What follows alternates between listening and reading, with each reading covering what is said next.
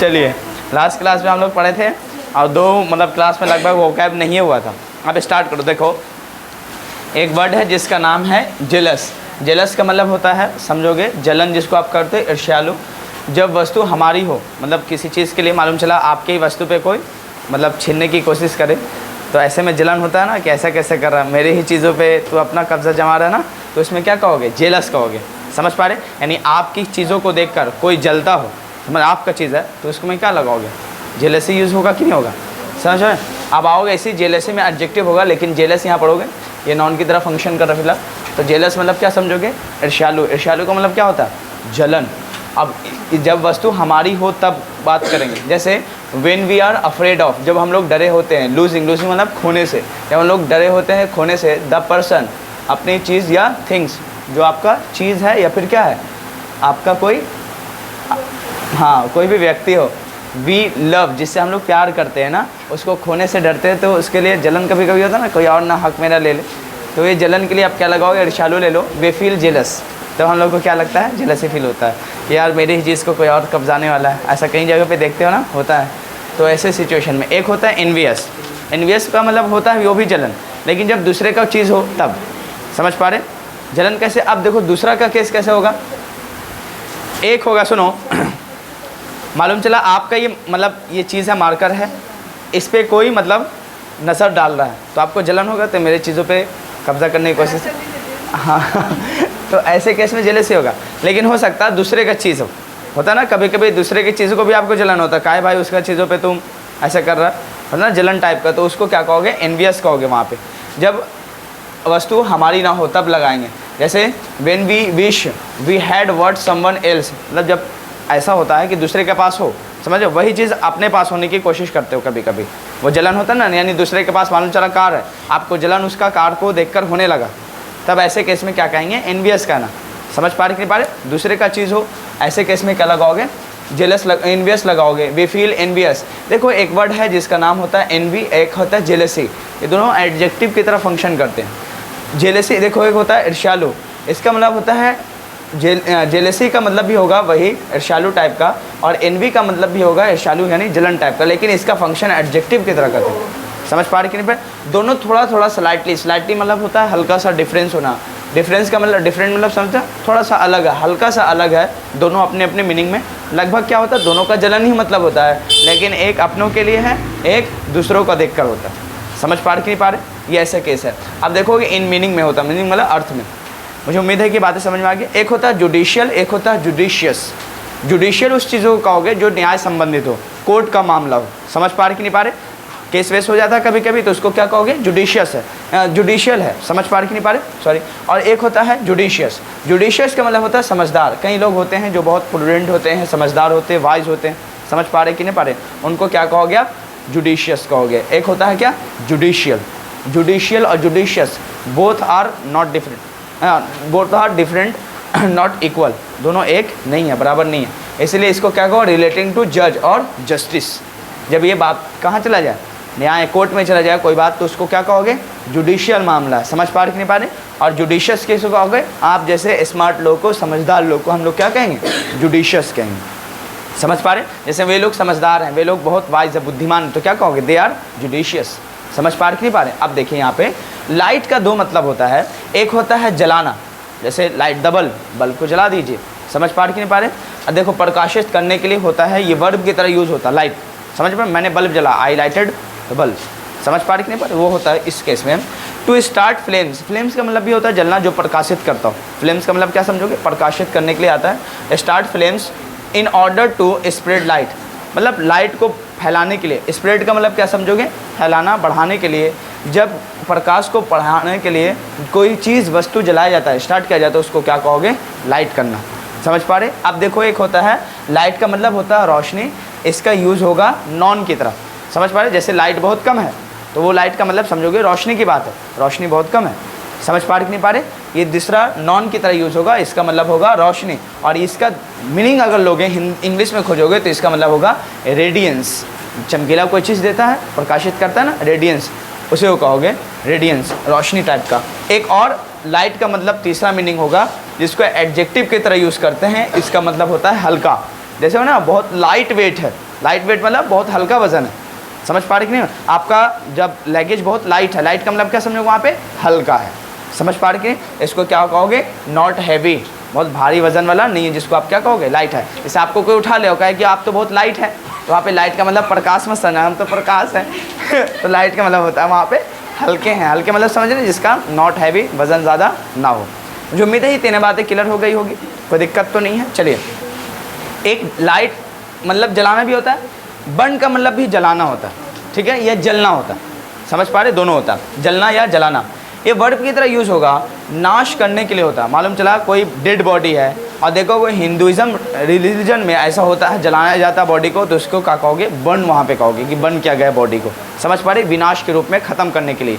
मालूम चला कोई चीज़ है, कचरा है, उसको आप ख़त्म करने के लिए परमानेंट जला देते हो कि नहीं, तो उसको क्या कहेंगे? बर्न कहोगे, समझ पा रहे? जलना या जलाने के केस में दोनों यूज़ होता है। अब देखिए, to start flames, to destroy something, मतलब किसी चीज़ को फ्लेम करना। फ्लेम मतलब समझ रहे? आग लाना किसी में, और किसके लिए? डिस्ट्रॉय करने के लिए, ख़त्म करने के लिए किसी भी चीज़ को, उसके लिए क्या आएगा यूज़? बर्न होगा। बर्न का दूसरा मतलब होता है, जैसे आप कभी बॉडी जल जाता है या बॉडी डैमेज होता है तो देखोगे छोटा छोटा जख्म टाइप का फुफुलो निकल जाता है, तो उसको भी कहोगे कि बर्न आ गया। बर्न मतलब समझ में आ रहा है? उसको भी कहेंगे बर्न। बर्न नॉन की तरह फंक्शन करेगा। A part of body damage due to heat, मतलब गर्म होने की वजह से, जलने की वजह से बॉडी का पार्ट कहीं पे डैमेज हो जाता है, ख़राब हो जाता है, तो उसको क्या कहोगे? फफोला कहोगे। इसका मतलब होता है बर्न, और ये नॉन की तरह वहाँ पे फंक्शन करता है। उम्मीद है क्लियर है, कोई दिक्कत तो नहीं। एक और वर्ड है, देखो ये तीनों बहुत इंपॉर्टेंट है, थोड़ा थोड़ा सा में मीनिंग ही पूरा चेंज है। एक होता है लाइटनिंग, इसको क्या कहोगे? लाइटनिंग। लाइटन, लाइटन मतलब होता है किसी चीज़ को उजाला करना, जैसे हल्का करना, गोरा करना। अब देखो हल्का करना होता है, देखो अब देखो लाइटनिंग वर्ड की तरह यूज़ होता है, कैसे होगा? उजाला करना का मतलब होता है अंधेरा कमरा है, आप गए तो कहा दिया कि मैंने लाइटनिंग किया है। लाइटनिंग का मतलब मैंने इसको उजाला किया है, पहले अंधेरा था, तो लाइटनिंग का मतलब समझा? उजाला करना। दूसरा मतलब होता है हल्का करना। मालूम चला सामान बहुत ज़्यादा है आपके बैग में, और उसको आपने निकाला कुछ अपना सामान और उसको आपने हल्का किया, तो उसको भी कहोगे मैंने लाइटनिंग कर दिया आपका बैग। लाइटनिंग का मतलब क्या समझोगे? भारी वजन था, उसको हल्का किया, तो भी क्या कहोगे? लाइटनिंग कहोगे। तीसरा मतलब होता है गोरा करना। जैसे दूल्हा दुल्हन को देखोगे कभी कभी मेकअप शेकअप चढ़ता है, तो उस टाइम में कहोगे ना मैंने उनको लाइटनिंग किया। लाइटनिंग वाला समझ रहे हो? मेकअप शेकअप चढ़ा दिया, तो उसको कहोगे लाइटनिंग किया। अब देखो वो चमकते ही है, इसलिए ना पार्टी जितना भी होता है रातों में क्यों होता? ताकि पता ना चले कौन क्या है, पॉलिश मार के चमक जाएंगे। ऐसे इंडिया में तो कोई काला होता ही नहीं है, सब सांवला होता है। एक बार पॉलिश या पाउडर चढ़ गया तो फिर कहाँ मत पूछिए, फिर चमक दमक तो आ ही जाता है। समझ पा रही कि नहीं भाई? आजकल तो ट्रेंड है। चलिए वो बातें मजाक के लिए था, इसे दिल पे नहीं लेना, ठीक है? सब अच्छे हैं। चलिए अब देखो, टू मेक ब्राइट, ब्राइट मतलब होता है चमकाने के लिए किया जाता है, करते भी है कई लोग। होता है लेस हैवी, लेस हैवी मतलब कम करना, हैवी चीज़ों को कम करने के लिए यूज़ होता है। पेल का मतलब होता है उदास पड़ जाना, पीला पड़ जाना, उसके लिए भी यूज़ करते हो। समझ पा रहे कि नहीं पा रहे? हल्का पड़ जाना। लेस सीरियस मतलब कम सीरियस होना, कम सीरियसनेस को दिखाने के लिए भी क्या लगाते हो आप? लाइटनिंग लगाते हो। मुझे उम्मीद है कि ये बातें फिलहाल क्लियर है। अब आते हैं एक और, जिसमें फ़र्क क्या है? ई गायब है इसमें, देखो सब कुछ सेम रहेगा, ई यहाँ पे नहीं। इसको क्या होगा? लाइट पढ़ोगे, लाइटनिंग डायरेक्ट, लाइटनिंग होता है इसमें, लाइटनिंग। इसमें क्या होगा? लाइटनिंग। देखो पढ़ने में थोड़ा थोड़ा डिफरेंस लाना। इसमें क्या कहोगे?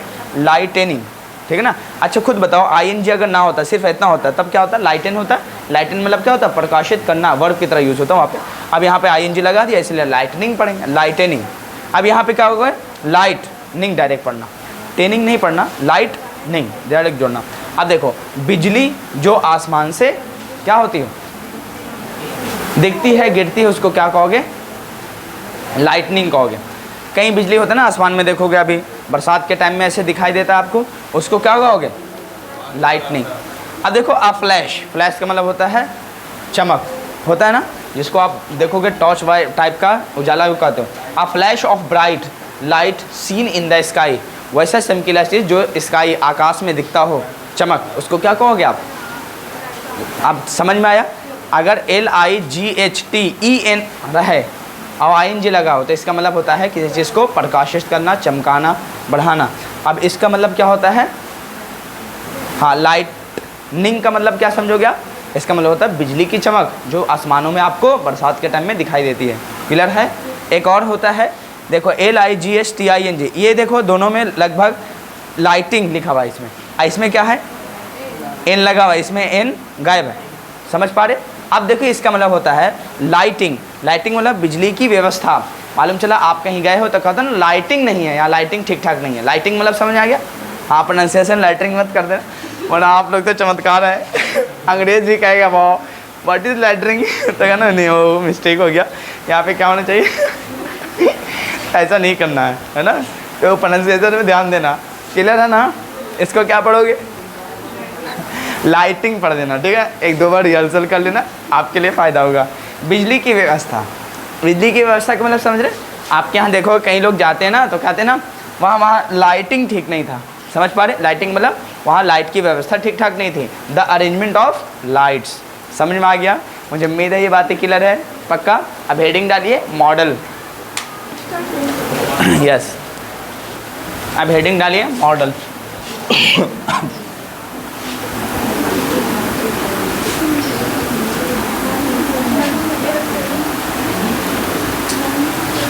ये सब हम लोग जब पढ़ेंगे, आपको पैसेज वगैरह या स्टोरी वगैरह पढ़ाएंगे तो उसमें याद करवाएंगे। देखो इसीलिए मैं तैयारी वोकैब की करवा दे रहा हूँ, समझ रहे? हेडिंग डालिए मॉडल, ठीक है? चलिए हेडिंग डाल दिए मॉडल। देखिए इसका पहला प्रोनाउंसिएशन क्लियर कर दें। देखिए एक होता है प्रोनाउंस होता है, प्रोनाउंस, ठीक है ना? एक होता है प्रोनाउंसिएशन।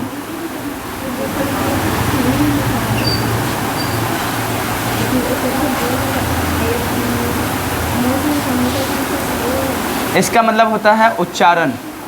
इसका मतलब क्या समझोगे? उच्चारण। प्रोनाउंस मतलब होता है उच्चारण करना। इसका मतलब क्या होगा? उच्चारण करना। ये किसके तरह यूज़ हुआ है? वर्ब की तरह। ये किसके तरह यूज़ हो रहा है? नॉन की तरह, ठीक है ना? अब एक बात कह दूँ आपको, प्रोनाउंसिएशन, प्रोनाउंसिएशन ये स्पेलिंग नहीं होता, यह ध्यान रखना। क्लियर हुआ? देखो मैं बार बार बता रहा हूँ, आपको कहोगे कहीं प्रोनाउंसिएशन लिखे तो इसको प्रोनाउंसिएशन मत लिख दीजिएगा। प्रोनाउंसिएशन का स्पेलिंग ऐसा होता है प्रोनाउंसिएशन, और इसको कहते हैं नॉन की तरह यूज़ होता है। इसका उच्चारण मतलब होता है आप कोई वर्ड का, जैसे इसका आपको क्या करना है तो प्रोनाउंसिएशन करना। प्रोनाउंसिएशन मतलब उच्चारण, या फिर आप कहोगे प्रोनाउंस कीजिए। प्रोनाउंस मतलब उच्चारण कीजिए, समझे? प्रोनाउंसिएशन ऐसे कभी नहीं लिखा जाता, ये स्पेलिंग बिल्कुल गलत है। मैं इसलिए करा दे रहा हूँ कि आपके बोर्ड मॉडल में स्पेलिंग एरर आता है। समझ पा रहे? तो ऐसा देगा तो मुझे उम्मीद है इसको काट दीजिएगा। एक और वर्ड आता है जिसको कहते हैं प्रोनाउंसिएट करना। क्या कहोगे? प्रोनाउंसिएट। प्रोनाउंसिएट का मतलब भी होगा उच्चारण करने के केस में आता है प्रोनाउंसिएट। समझ पा रहे कि नहीं पा रहे? चलिए अब उम्मीद है ये बातें क्लियर है। अब आते हैं इसका जो प्रोनाउंसिएशन है, क्या है? प्रोनाउंसिएशन है, इसको कहते हैं मॉडल। क्या कहोगे? मॉडल। एक होता है मॉडल ऐसे तरीके लिखाता है, एक मॉडल लिखाता है। देखिए मॉडल प्रोनाउंसिएशन गलत है, ये भी प्रोनाउंसिएशन गलत है। आपका एक ही मॉडल, ये प्रोनाउंसिएशन ठीक ठाक है। समझ पा रहे?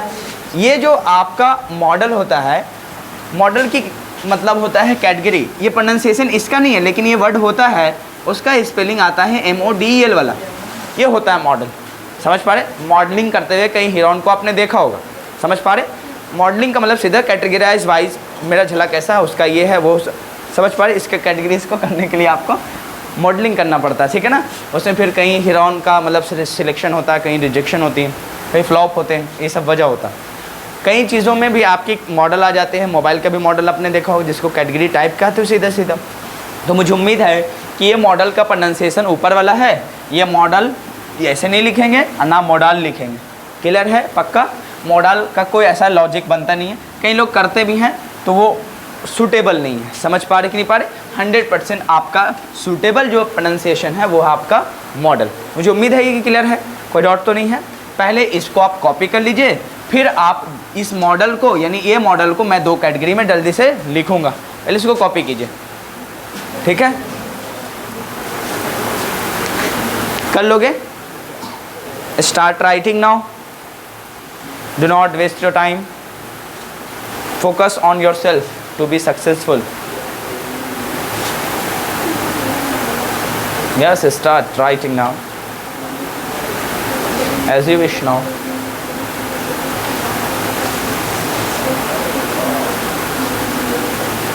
चलिए स्टार्ट। अब देखो, अच्छा जल्दी करो पहले।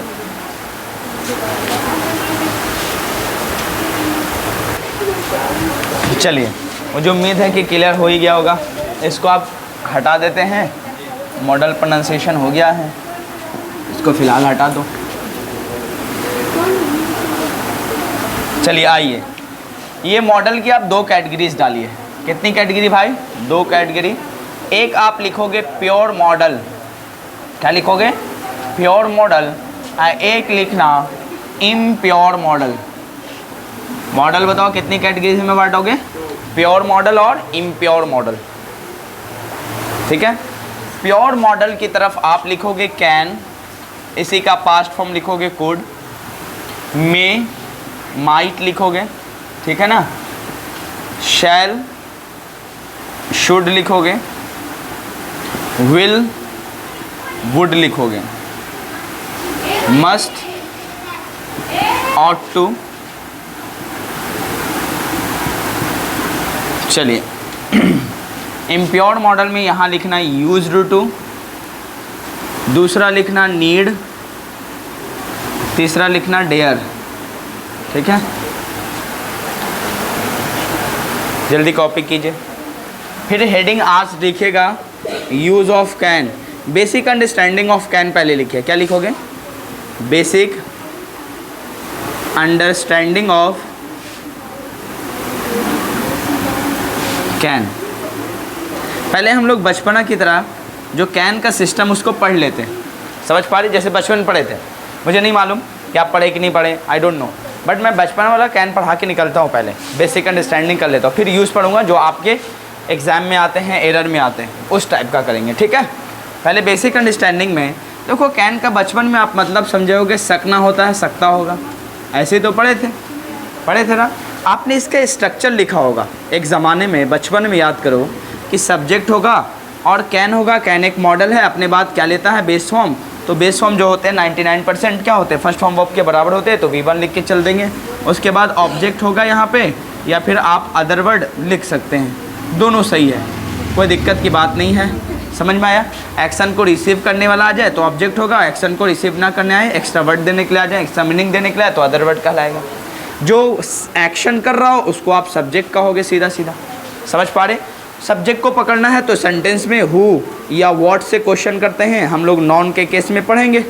समझ पा रहे? क्योंकि ये जो सब्जेक्ट की जगह पे नॉन या प्रोनाउन आता है। समझ पा रहे कि नहीं पा रहे? ऑब्जेक्ट में भी वही है, ऑब्जेक्ट भी बनता है तो वही है, या तो हु या हुम से आप हुम से क्वेश्चन करोगे, क्योंकि हु का ऑब्जेक्ट क्या होता है? हुम होता है, या व्हाट से क्वेश्चन करोगे, क्योंकि व्हाट का सब्जेक्ट ऑब्जेक्ट सेम होता है, जबकि हु का सब्जेक्ट हु और ऑब्जेक्ट हुम होता है, इसलिए ऑब्जेक्ट को पकड़ने के लिए आप हुम को क्वेश्चन करेंगे। ये सब हम लोग नॉन में पढ़ेंगे, फिलहाल छोड़ दीजिए। आपको आ रहा, समझ में नहीं आ रहा, कोई बात नहीं, फिलहाल हम लोग बचपना वाला कैन पढ़ के निकलते हैं। और बचपना वाला कैन कैसे पढ़ते हैं? देखो, आपने पढ़ा होगा कि स्ट्रक्चर ऐसे ही होता है, कोई दिक्कत की बात नहीं है।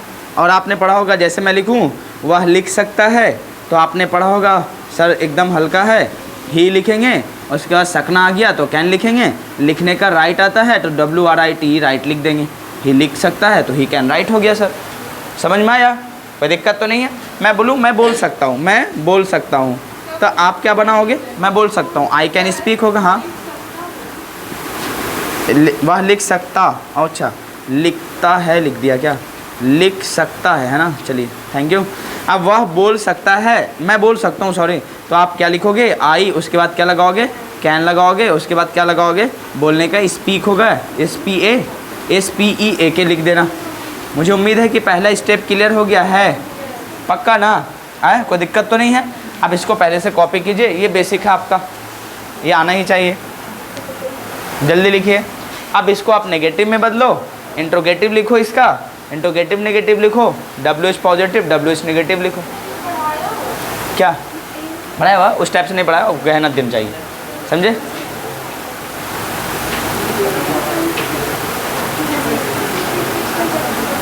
Do fast, do not waste your time, focus on yourself, invest the time on yourself.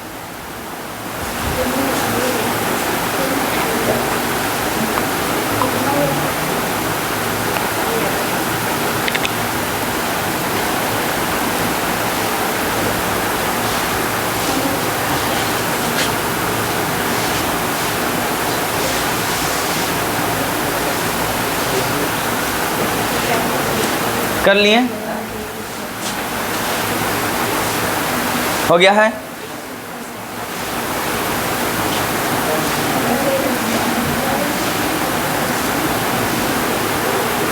हटा दूं?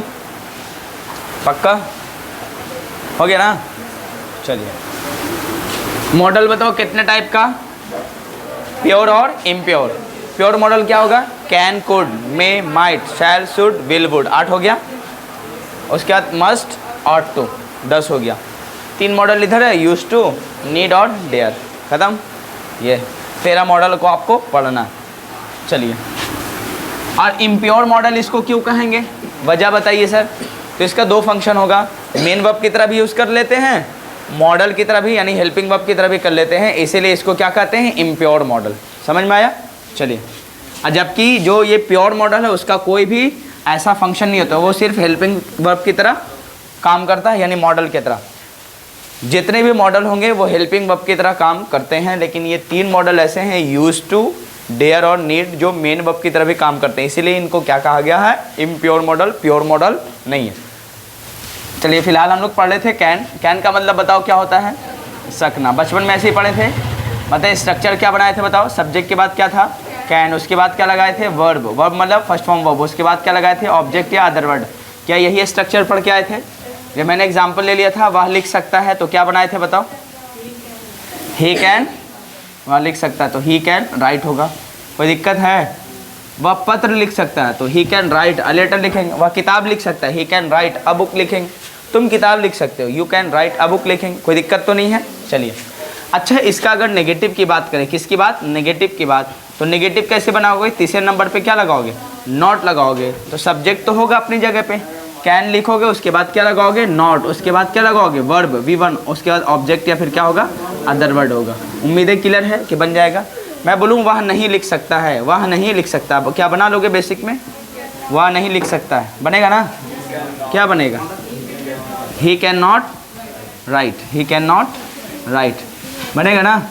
अच्छा, तुम किताब नहीं लिख सकते, you can not write a book. तुम वहाँ नहीं जा सकते, you can not go there. तुम यहाँ नहीं आ सकते, you can not come here. तुम बात नहीं कर सकते, यू कैन नॉट टॉक। तुम अपने पिता से बात नहीं कर सकते, you can not talk to your father. मुझे उम्मीद है इस टाइप का अगर आएगा तो बनेगा, पक्का ना? ट्रांसलेशन सही है। अब आओ इंट्रोगेटिव बनाओ। क्या बनाओगे? इंटेरोगेटिव। खुद बताइए इंट्रोगेटिव कैसे बनता है? आपको तो मालूम है, पहले सर हेल्पिंग वर्ब आता है। हेल्पिंग वर्ब तो यहाँ पे बताइए कैन की तरह है, तो पहले बताइए कैन लिखेंगे, सब्जेक्ट उसके अंदर चला जाएगा, है ना? रिप्लेसमेंट चला जाएगा। देखिए सर, नेगेटिव की बात नहीं कहा, सिर्फ इंट्रोगेटिव कहा, तो नॉट तो नहीं आएगा, तो वर्ब तो आएगा यहाँ पे। उसके बाद क्या लगाओगे? ऑब्जेक्ट या अदर वर्ड होगा। यहाँ पे क्या कहोगे? क्वेश्चन मार्क्स लिखने। हाँ देखिए, पता नहीं कहाँ वो खुला है ना पूरा।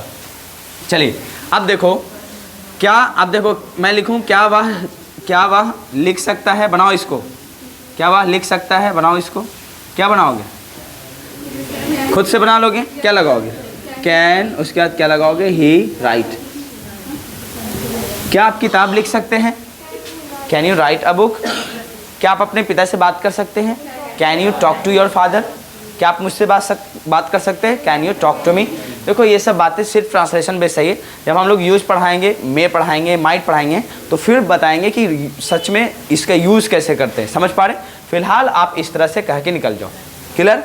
अब बताओ इंट्रोगेटिव प्लस नेगेटिव क्या होगा? बताओ, इंट्रोगेटिव प्लस नेगेटिव क्या बनाओगे? बताओ। मुझे उम्मीद है कि इसका ट्रांसलेशन क्या आप स्ट्रक्चर खुद से बना लोगे। कैन होगा, प्लस में क्या लगाओगे? सब्जेक्ट, तीसरे नंबर पे नॉट होगा, उसके बाद क्या लगाओगे? वर्ब। उसके बाद बताइए ऑब्जेक्ट या फिर क्या होगा? अदर वर्ड होगा, लास्ट में क्या लगाओगे? Question mark. क्लियर है? यही स्ट्रक्चर। एक एग्जाम्पल मैं ले लेता हूँ। क्या वह वहाँ नहीं जा सकता है? क्या आपसे बन जाएगा? क्या बनेगा? Can he not go there. चलिए लास्ट में क्या लगाओ? Question mark. कुछ बातें याद रखो। कुछ लोग का कहना है कि कैन नॉट एक साथ लिखा जाता है, अलग अलग नहीं लिखा जाता। चलिए ठीक है। दूसरा बात यह है कि सर आप कैन की जगह आप कांट भी यूज़, कैन नॉट की जगह आप कांट यूज़ कर सकते हो, लेकिन अब तक मैं जितना भी पढ़ाता हूँ तो देखोगे आपको कॉन्ट्रैक्टेड फॉर्म का यूज़ नहीं करवाता हूँ, क्योंकि मैं बताता हूँ कि इसका यूज़ कहाँ पे करते हैं आप? क्लोकियल लैंग्वेज में। जैसे आप देखो एक भाषा होता है जो आप गांव में या कई जगह पे लोकल भाषा की तरह होता है, अमुकनिया जमुकनार हैं, इस तरह से होता है। क्या आप रिटन में क्या स्टेटमेंट लिखते हो कभी? नहीं ना। क्या ऑफिशियल तौर पे ये चलता है किताबों में? नहीं ना। तो इसीलिए जितने भी कॉन्ट्रैक्टेड फॉर्म का यूज़ है ऑफिशियली नहीं चलता, किताबों में नहीं चलता, ना ऑफिशियली चलता है, ये सब कोलोकियल लैंग्वेज में यूज़ होता है। फट्टेदार अंग्रेजी को बोलने के लिए, फास्ट फास्ट बोलने के लिए अमेरिकन स्टाइल में इसको कहा जाता है, जबकि ब्रिटिश कभी एक्सेप्ट नहीं करता। हाँ करता है, जब क्वेश्चन टैग पढ़ाएंगे तब वो भी समझाएंगे कि वो भी एक कोलोकियल लैंग्वेज है, इनफॉर्मल लैंग्वेज है। समझ पा रहे? फॉर्मल लैंग्वेज में इसका यूज़ आप नहीं करते, इसलिए कांट का यूज़ हम लोग नहीं करके चल रहे हैं। दूसरी बात, ऐसा ज़रूरी नहीं है कि कैन नॉट को एक साथ लिखना, अलग अलग भी लिख सकते हो, जैसे मैंने यहाँ पे लिख रखा है, दोनों को सटा के नहीं लिखा। कई लोग का होता है कि एक साथ लिखना। खुद बताइए, अगर एक साथ लिखेंगे तो खुद बताओ क्या इंट्रोगेटिव और नेगेटिव आप बना रहे हो? क्या ये बताओ, फिर तो अलग ही कैसे लिखें? अलग तो लिखना ही पड़ेगा। और कांट का यूज़ कब करोगे? आगे चल के पढ़ाएंगे, इनफॉर्मल यूज़ इसका होगा तब आप कांट लगाओगे। समझ पा रहे कि नहीं पा रहे? इनफॉर्मल यूज़ में होता है, यानी किसी को क्या करने के लिए, डांटने के केस में यूज़ किया जाता है कांट का यूज़। समझ पा रहे कि नहीं पा रहे? आपको जब नारेशन का टॉपिक पढ़ाएंगे तो उस टाइम में दिखाएंगे कि देखो कांट का यूज़ कैसे कर रहे हैं। ठीक है, फिलहाल बताओ, ऐसा ज़रूरी नहीं है कि कैन नॉट को अलग नहीं लिख सकते, लिख सकते हैं। पक्का? क्या वह वहाँ नहीं जा सकता है? Can he not go there? क्या वह वहाँ नहीं जा सकता है? चलिए सॉरी, यहाँ पे जा नहीं लिखा हुआ। ठीक है, मैं बोल तो रहा हूँ, शायद लिख नहीं पाया था। ठीक है, अभी बताओ कोई दिक्कत तो नहीं है? चलिए अब बताओ, WH एक होता है पॉजिटिव, एक होता है नेगेटिव। क्या आप खुद से बना लोगे WH पॉजिटिव? और मुझे उम्मीद है WH पॉजिटिव कैसे बनता है, बोलिए। WH में ही आप इंट्रोगेटिव का फार्मूला जोड़ दोगे तो WH क्या बनेगा? पॉजिटिव बनेगा कि नहीं बनेगा? बनेगा ना। कोई दिक्कत? तो आप खुद से बना लीजिएगा ये। और एग्जाम्पल क्या लिखोगे? वह वहाँ क्यों जा सकता है या कैसे जा सकता है। और खुद से बनाओ WH नेगेटिव, और WH नेगेटिव में आप खुद से फार्मूला क्रिएट करेंगे, WH plus interrogative plus negative का फार्मूला डालकर, इंट्रोगेटिव प्लस नेगेटिव का फार्मूला आप इसमें डालेंगे, उसके बाद ये बनेगा। ठीक है, WH में ही, और क्लियर कर लेना। ठीक है, इसमें लिख लेना, वह वहाँ क्यों नहीं जा सकता, वह वहाँ कैसे वहाँ नहीं जा सकता, वह वहाँ कैसे नहीं जा सकता, या वह वहाँ क्यों नहीं जा सकता। ये WH नेगेटिव का एग्जाम्पल होगा। पहले मुझे उम्मीद है कि ये बेसिक अंडरस्टैंडिंग आपकी क्लियर हो गई होगी। ठीक है, जल्दी इसको कॉपी कीजिए, सबका मैं कॉपी चेक करूँगा, है ना। ब्लफ या चीट मत कीजिए, अगर कर भी रहे चीटिंग तो अपने आप के साथ कर रहे, फिर आप 2-4-5 साल बाद आपको महसूस होगा, अभी तो नहीं लगेगा, इसका असर बाद में होता है। याद है ना, एक वोकैब का वर्ड पढ़ाए थे, क्या पढ़ाए थे बताओ, भूल गए? हाँ, कि नेगेटिव असर के लिए आता है फेथफुल, है ना। फेथफुल नहीं, फेथफुल।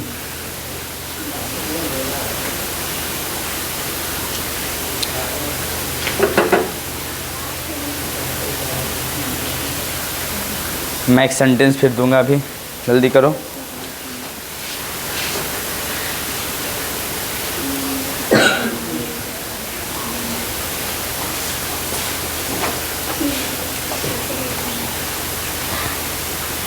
हो गया?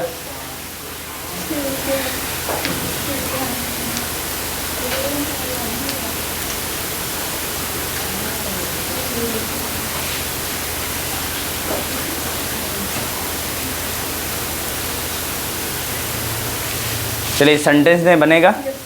चलिए लिखिए, एक सेंटेंस दे रहा हूँ, एक का आपको 6 बनाना है। जैसे मैंने लिखा, वह लिख सकता है, वह नहीं लिख सकता, क्या वह लिख सकता, क्या वह नहीं लिख सकता, वह क्यों लिख सकता, वह क्यों नहीं लिख सकता।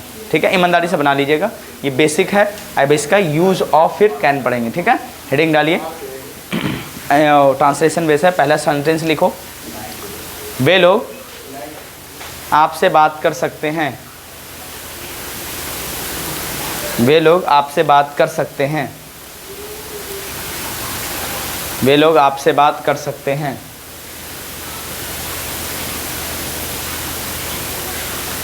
तुम्हारा भाई इस किताब को लिख सकता है,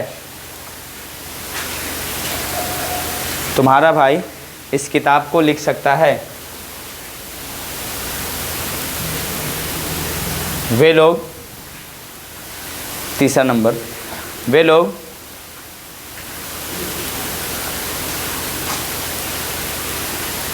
उस घर को खरीद सकते हैं,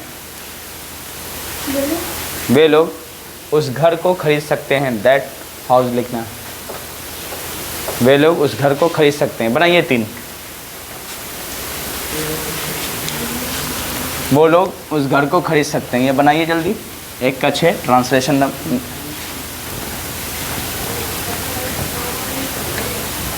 चलिए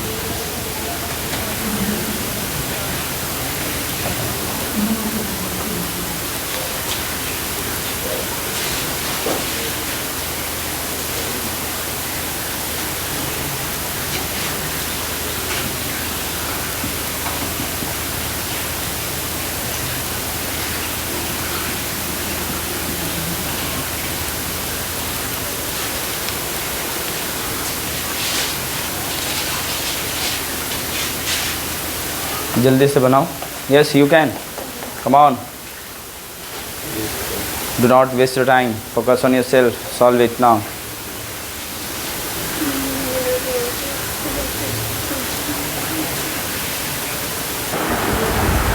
चलो पहला नंबर बताओ क्या था, मिला लेते हैं फिर आगे बढ़ेंगे। वे लोग आपसे बात कर सकते हैं, वे लोग का क्या लिखोगे, they can talk to you. वे लोग आपसे बात नहीं कर सकते, they can not talk to you. क्या वे लोग आपसे बात कर सकते हैं, can they talk to you. क्या वे लोग आपसे बात नहीं कर सकते, can they not talk to you. होगा ना, वे लोग आपसे क्यों बात कर सकते हैं या कैसे बात कर सकते हैं, क्यों होगा तो वाई से स्टार्ट करना, why can they talk to you, होगा ना। और कैसे होगा तो how can they talk to you. इसका नेगेटिव कैसे बनेगा, वही होगा सब्जेक्ट के बाद not, how can they not talk to you, होगा ना, या why can they not talk to you. ठीक है, अब दूसरा नंबर ही बन गया होगा आपसे, क्या बनाए थे, हाँ, your brother can write this book, your brother can not write this book, can your brother write this book, can your brother not write this book, why can your brother write this book, why can your brother not write this book बनेगा। या how भी हम वहाँ पे लगा सकते हैं according to your subject, your interest, है ना। अब देखो तीसरा नंबर क्या है बता दीजिए, they can buy that house, they can not buy that house, why, हाँ how sorry, can they buy that house, can they not buy that house, why can they buy that house, why can they not buy that house, या how भी लगा सकते हो, हैं। 5, आज 5 जुलाई है, ठीक है। चलिए हो गया। अब आओ यूज़ ऑफ कैन लिखो, यूज़ नंबर 1, जल्दी जल्दी ख़त्म करो। अब हम इसका क्वेश्चन जब मे और माइट और कुड पढ़ा रहे होंगे तब देंगे, फिलहाल आप पढ़ कर निकल जाइए। देखो यूज़ का नंबर 1 यूज़ कहाँ होता है, तो टू शो मतलब क्या होगा, दिखाने के लिए। टू शो मतलब क्या होता है, दिखाने के लिए, है ना। एबिलिटी का मतलब ही समझते हो, योग्यता। कैपेसिटी जिसको कहते हैं, कैपेसिटी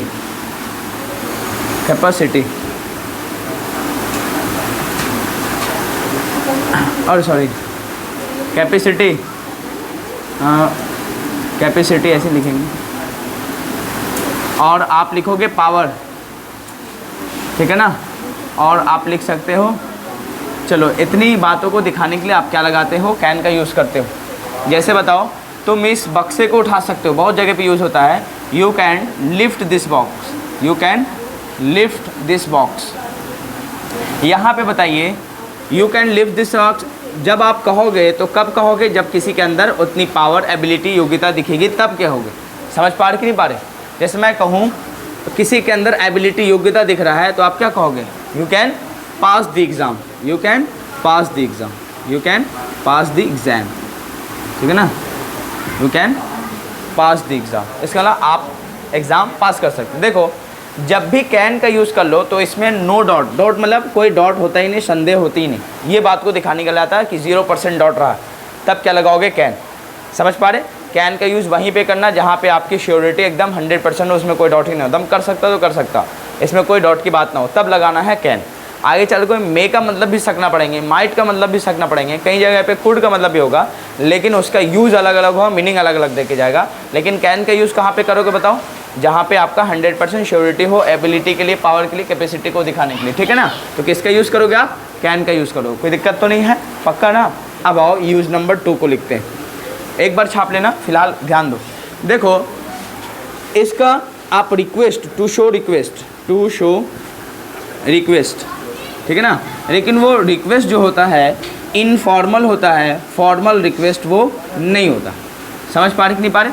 देखो क्यों, देखो आपने सीखा अभी कैन यू, जैसे मैं लिखूँ you can lift this bag, मैं कह दूँ can you lift this box, इसका मतलब क्या होगा? क्या आप बक्से को उठा सकते हैं मेरी? इसका मतलब इंटरोगेटिव सेंटेंस चला गया, इसका मतलब पता चलेगा कि उसके अंदर वो क्षमताएं हैं, वो ताकत है, तब मैं ये बात कर रहा हूँ। इंटरोगेटिव सिर्फ क्वेश्चन देने के लिए ऐसा बात कह रहा हूँ।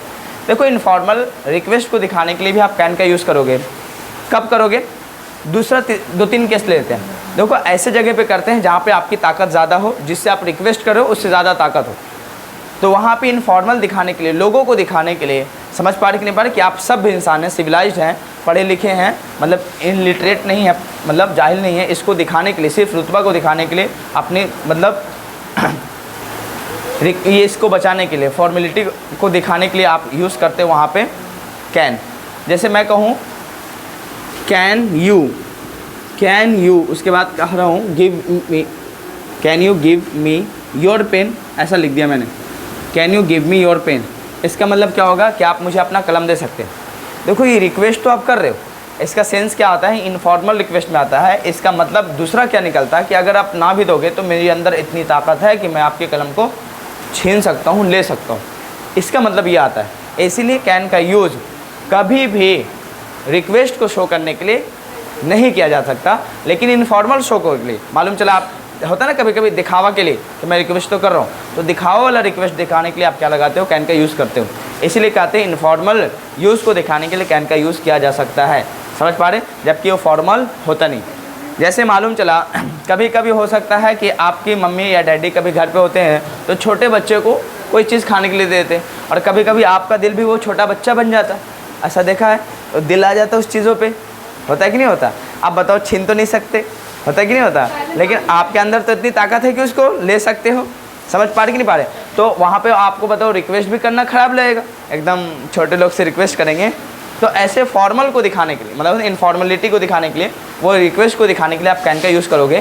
Can you give me your chocolate, इसका मतलब क्या समझ आएगा? नहीं भी दोगे तो छीन सकते, इतनी ताकत है। समझ पा रहे कि नहीं पा रहे? तो ऐसे सिचुएशन में दिखाने के लिए क्या लगाते हो? कैन का यूज़ करते हैं। मुझे उम्मीद है कि पक्का समझ में आ गया कि कैन का यूज़ कहाँ पे करेंगे। यूज़ नंबर 3 लिख के आप, टाइम हो गया क्या? यूज़ नंबर 3 लिख दीजिए, उसके बाद इसको छोड़ दीजिए। फिर से मैं रिवीजन करवाऊँगा पूरा कैन का केस, समझ में आ गया? और एक बार और रिवीजन करके अच्छे से एलेबरेट कर देंगे, ठीक है? इसको जल्दी से कॉपी कर लीजिए, ठीक है? You can go if you written, if you have written you can go now. आप जा सकते हैं अगर आपने लिख लिया इसे।